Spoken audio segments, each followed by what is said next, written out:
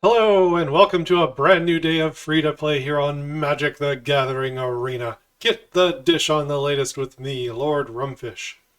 And we are going into Lord of the Rings, Tales of Middle-earth for a limited set review. This is blue today.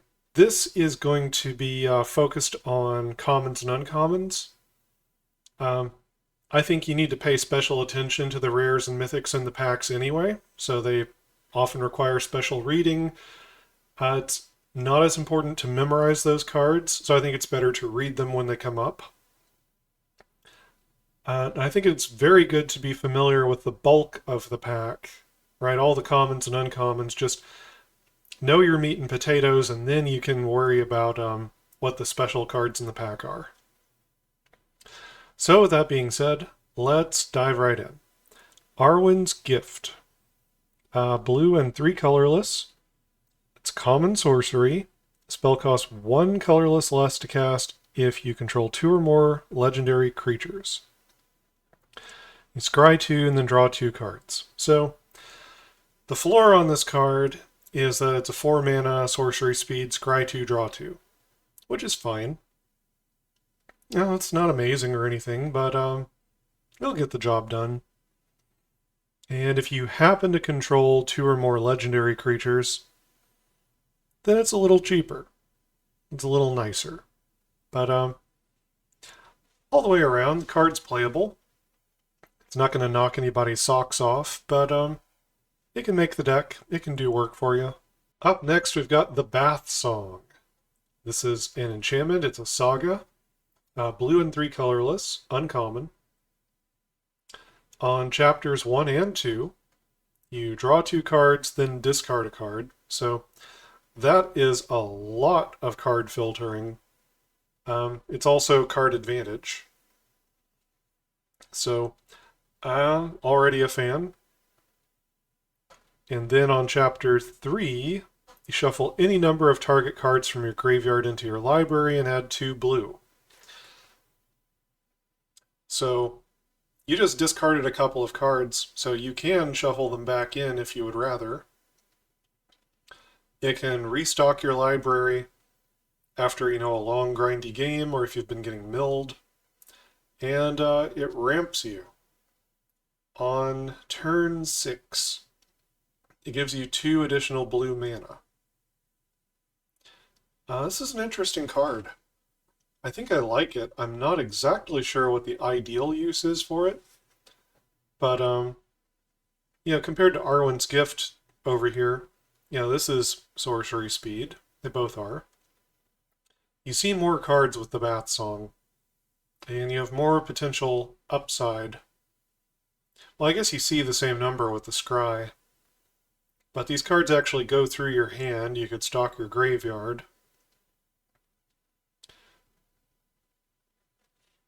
And it can ramp you. Yeah, overall, I'm not quite sure what the net effect of this card is. I'm sure it's good in white-blue. White-blue cares about drawing 2 cards. So this sets you up for at least 2 turns where you're drawing extra cards. I tend to be a fan of sagas and things that add a lot of incidental value along the way. So I think the Bath Song's really good. I'm inclined to find ways to use it. So we'll see how it does in actual play. Alright, Bewitching Leechcraft. Blue and 1. It's an enchantment aura. It's a common. Goes on a creature. When it ETBs, you tap the enchanted creature. And the enchanted creature has, if this creature would untap during your untap step, remove a +1/+1 counter from it instead, if you do untap it. So, if it doesn't have any +1 counters on it, then it doesn't untap. If it does have +1 counters on it, it forces you to remove a +1 counter and it untaps.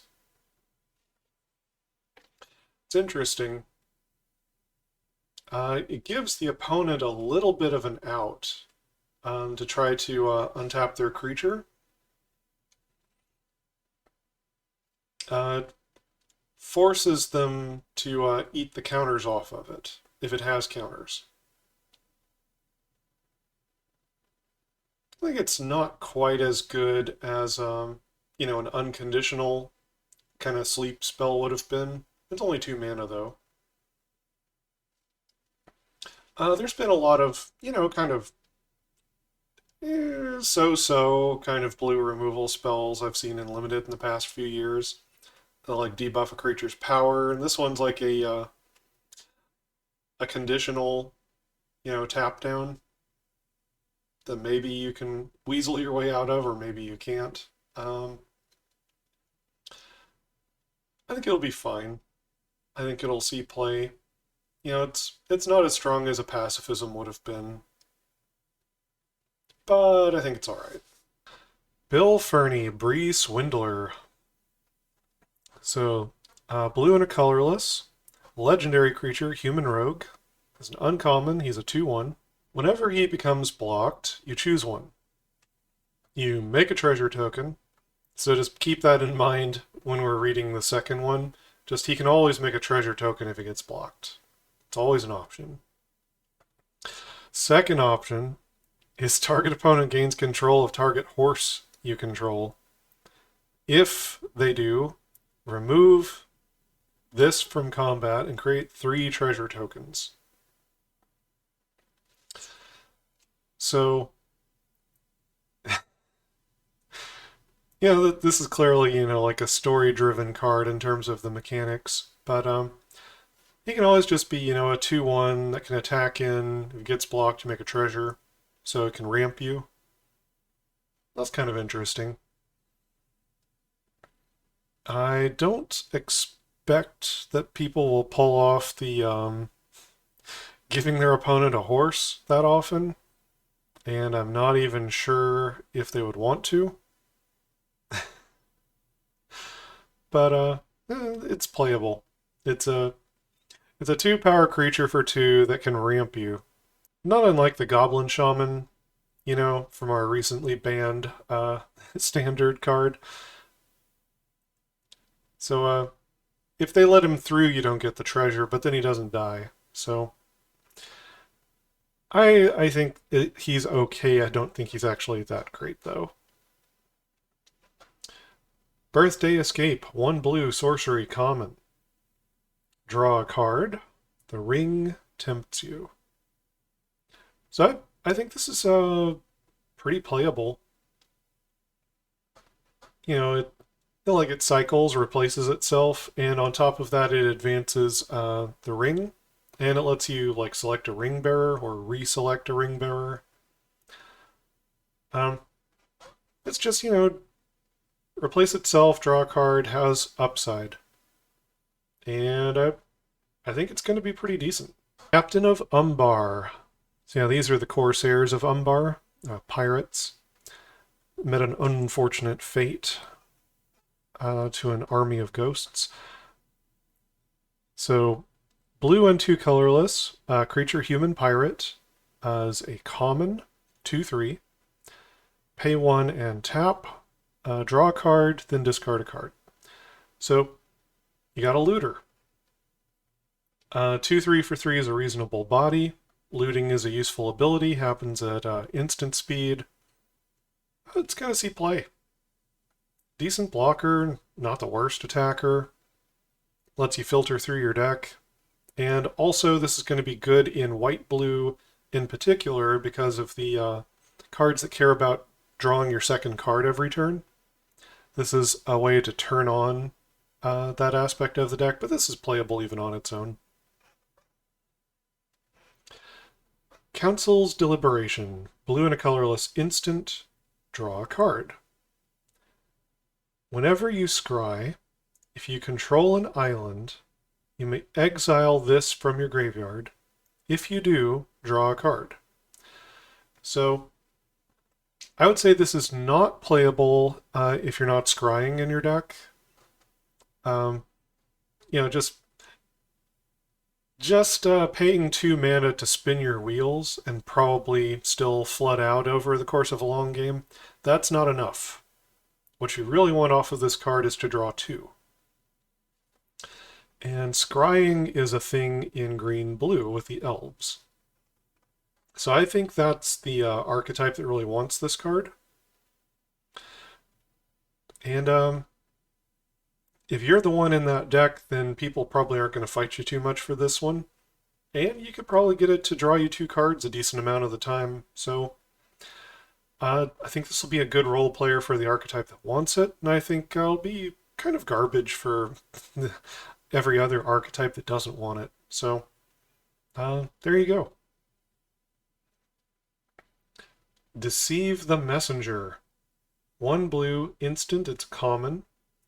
Target creature gets -3, -0 till end of turn. Amass orcs 1. So at instant speed, you can amass orcs. This either puts a counter on an army you've already got, or it makes a brand new 1/1 at instant speed.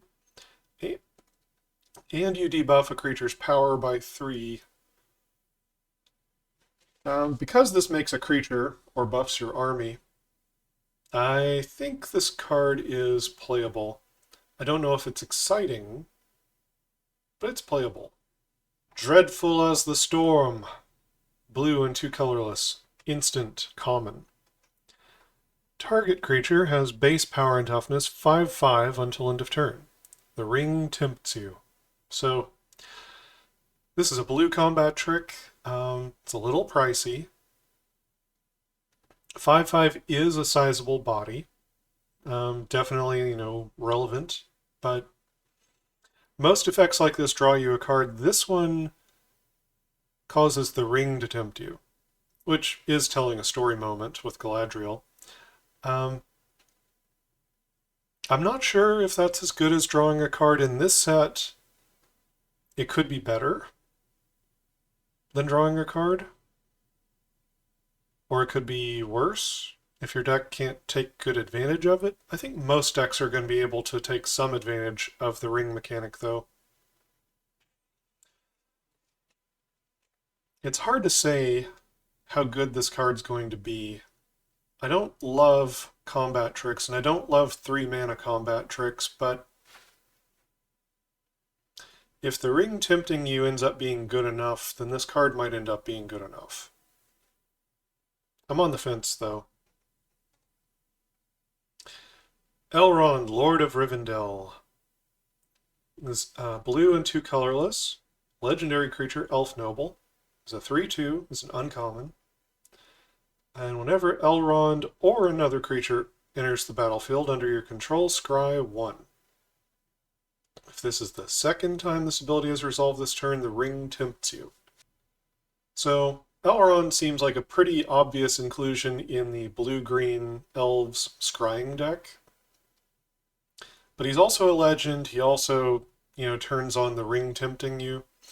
So probably other archetypes could make use of him as well. He's a reasonable body for the mana cost. So the floor on this card is he's playable.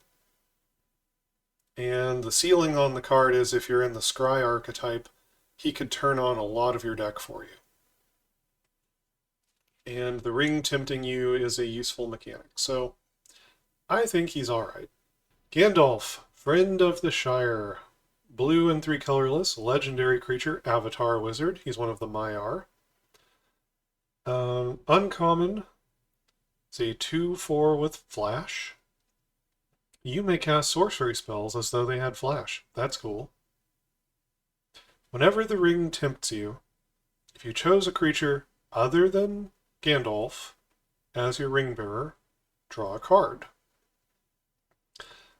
So this Gandalf could be a card draw engine if you can turn on the ring tempts you often enough. You just start drawing a card every time that you trigger that. And the ring tempts you comes with its own benefits, so overall, I think this card's pretty solid. It's a surprise blocker that could definitely kill something in combat. Giving sorceries flash could be relevant. it depends on how you build your deck. And then if you have the Ring Tempt You as a pretty common mechanic, you're going to be drawing cards. I like it. The floor is, 2/4 flash for 4. It's fine. Just fine. Glorious Gale. Blue and a colorless. Common, instant. Counter target creature spell. If it was a legendary spell, the ring tempts you. So,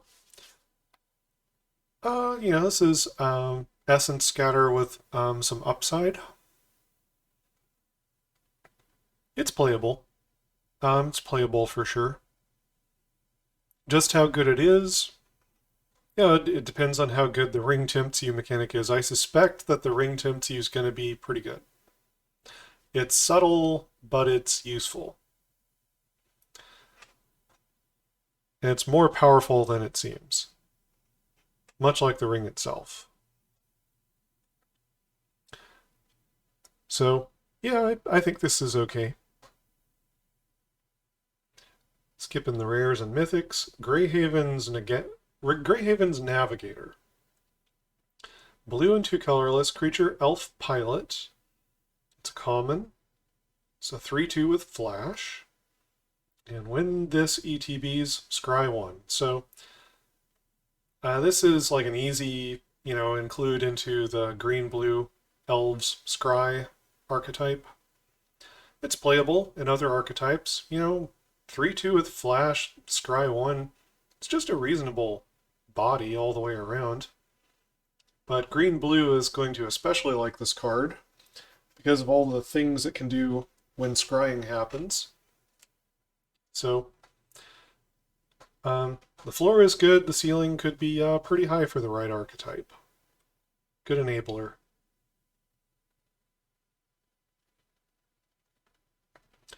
Hithlane Knots.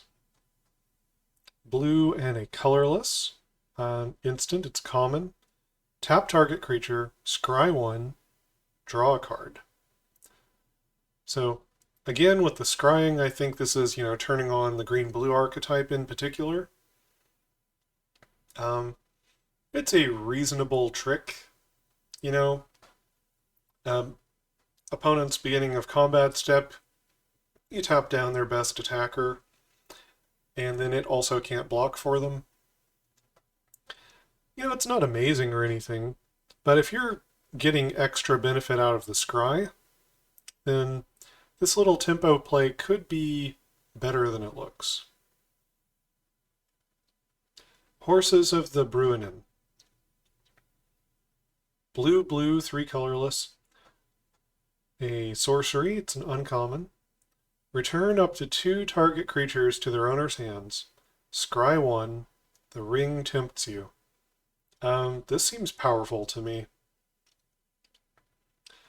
It's a tempo play, but it's a powerful tempo play, right? Bounces 2 things. Gives you a scry, gives you the ring tempts you. I just feel like there's a lot packed into this card here. If you're able to take advantage of the opponent's tempo loss, if you can bounce creatures that were more than 5 mana to redeploy, and if you get advantage out of the scry and the ring tempting, then overall I think this card is maybe better than the sum of its parts. I wouldn't play very many in a deck, but I think having one kind of as a big trick up on the top end, something to start putting away the game, I think it looks pretty good. Eorith of the Healing House. Blue and 2 colorless, legendary creature, human cleric. Uncommon. She's a 1/4. Tap to untap another target permanent. That's cool. Tap to untap 2 other target legendary creatures. Also useful. So yeah, I'm not exactly sure what you use Eorith for, but there are gonna be things to do. There are always things to do with untapping another target permanent. She doesn't say a non-land permanent, so first off, this ramps you. It does not fix your colors, but it can access 2 mana of a single color if you only have 1 land that produces that color. And she does ramps your mana. In blue. It's something sneaky that the card is doing. Just untapping permanents is useful. They can be land. So I think that she's a pretty good card. I think I don't see a strong reason why you would not run the first copy of Yorith in your blue deck. You know, once you get to multiple copies, it's up to you if you think it's worth it to run more of the same legend, but yeah, I think she's good. Isolation at Orthanc. Blue and 3 colorless, an instant, common. Put target creature into its owner's library, second from the top. So this is a blue removal spell. It's a 1-for-1 trade of cards. You know, all of your cards start in your library. It's not like you can just use them at a moment's notice. So it is getting rid of one of your cards, tucking it back into the library. 4 mana's, you know, kind of a steep price to pay for a piece of removal. It doesn't get rid of it for that long, but it's replacing, you know, one of their draws. It's alright. This effect is alright. Solid removal. It's instant speed. It's 4 mana. Ithilien Kingfisher. Blue and 2 colorless. Creature bird. It's common. 2/1 flyer. And when it dies, draw a card. Pretty straightforward. I'd like it a little better if it did it when it enters the battlefield, but overall, this is playable. It's good. Knights of Dol Amroth. Blue and 3 colorless. Creature human knight, common, 3/3. Whenever you draw your second card each turn, put a +1 counter on Knights of Dol Amroth. So this is clearly for the white-blue archetype, where you draw your second card each turn, put a counter on this. There's, you know, other cards that also benefit in this way in that archetype. So, looks kind of, you know, mid-rangey. You know, goes a little later in the game. I think this card is going to be decent in the archetype that wants it. And I think this card will be not so good in the archetypes that don't want it, so you probably won't have to fight people very hard to get it. Lorien Revealed. 2 blue, 3 colorless, sorcery, common. Draw 3 cards. Or you can do island cycling for 1 colorless. And I think that makes this card pretty amazing. Right, at draw 3 at common, even at sorcery speed, is gonna be good in limited. And you have the added functionality of if you're, you know, in the early turns, you're trying to make your land drops, island cycle it away for 1. So because of that island cycling, I think you can run, you know, 2 or 3 of this in the deck, whereas you might not normally have done that. And it gives you, you know, a big refuel later into the game, lets you keep hitting the gas pedal as the game's going on. So yeah, I think this is good. Meneldor, Swift Savior. Blue and 3 colorless, legendary creature, bird soldier. Uncommon, 3/3 flyer. I already like it. It's a 3/3 flyer for 4. Whenever Meneldor Swift Savior deals combat damage to a player, Exile up to one target creature you own, then return it to the battlefield under your control. This has the same blink text as the white card, where it's a creature you own. So if the opponent somehow stole something of yours, then you could blink it back to your side of the battlefield. And even outside of that corner case, you just get to blink something on combat damage. It's a big flyer, so it's reasonably likely to happen. There are distant shades of Yorion here. Distant, but it's a repeatable blink effect on a big flyer that can attack. Yeah, this card looks really nice.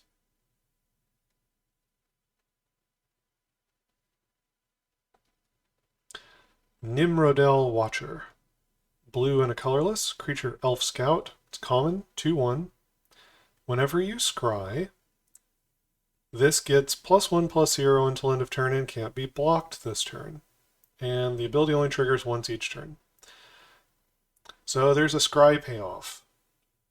2/1 for 2s, kind of, it's playable but unexciting. There's some 1/1 tokens in the format, but if you can start turning on the scries and getting this to be a 3/1 unblockable for 2 a decent portion of the time, then it's going to be really good. And I could see a green-blue deck kind of tempoing an opponent out of the game, sneaking in the last points of damage with this card. So could very well be better than it looks. But it really only works for the archetype that wants it. I think it's going to be very mediocre for the other archetypes. All right, Pelargir Survivor. Blue and a colorless. Creature human peasant. Common. It's a 1/3. Tap, add 1 mana of any color. Spend this mana only to cast an instant or sorcery spell. So, that's already pretty nice. This actually color fixes you just for instants and sorceries. And then you also have blue and 5 and tap. Target player mills 3 cards. And that second function on the card makes me think that this is for blue-black. Blue-black has a bit of a mill sub-theme. They also have an instants and sorceries matter theme. So I think this is for the blue-black archetype. Reasonably playable in other archetypes. 1/3 for 2 is okay. Sometimes it'll give you the mana you need to cast an instant or sorcery. And in any deck you put it into, you now have a late game plan of mill. So I think it's okay. Saruman the White. Blue and 4 colorless. Legendary creature. Avatar Wizard. It's uncommon. 4/4 with Ward 2. Whenever you cast your second spell each turn, amass orcs 2. So this one isn't, draw your second card. This is cast your second spell. But getting an amass orcs 2 trigger off of it, it's either making you a creature token or buffing up your army +2. I think if you can turn this card on, it's going to be very powerful. The floor is, it's, like a 4/4 Ward 2, which is okay. Not exciting at that point, but if you can get the Amass Orcs 2 to trigger even once, then this card's kind of above rate at that point. Saruman's Trickery. 1 blue. Instant, uncommon, counter target spell. Amass Orcs 1. Yeah, this is good. It's a hard counter spell for 3. It makes a 1/1. Or, buffs your army by +1. I think that's pretty powerful. I don't know a lot of counter spells that have a creature attached to them. One of the first ones I can think of makes a decayed zombie. which isn't that great. This spell looks good.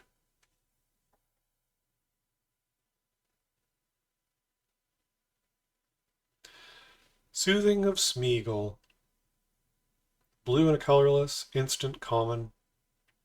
Return target non-token creature to its owner's hand. The ring tempts you. So you don't get to destroy a token with this card, which some of this wording that you see around tokens and such is probably to make the army tokens play better in this set. So you can't just bounce the opponent's 5/5 army token and destroy all of their hard work. This can rescue one of your cards or let you replay it. It can be a tempo play, and you get a ring temptation out of it. I think this is reasonably playable. I'm not real excited about it, but it's okay. Stern Scolding. 1 blue, instant, uncommon. Counter target creature spell with power or toughness 2 or less. Well, the price is right. 1 blue is a really cheap counter spell for a creature. And a very great majority of creatures probably have either 2 or less power or 2 or less toughness. So, won't always hit, but for just keeping 1 blue mana open, that's not too much of an opportunity cost. So looks pretty decent. Surrounded by Orcs. Blue and 3 colorless. Sorcery. Common. Amass Orcs 3. Then target player mills X cards where X is the amassed army's power. And just on its own, that would be a mill for 3.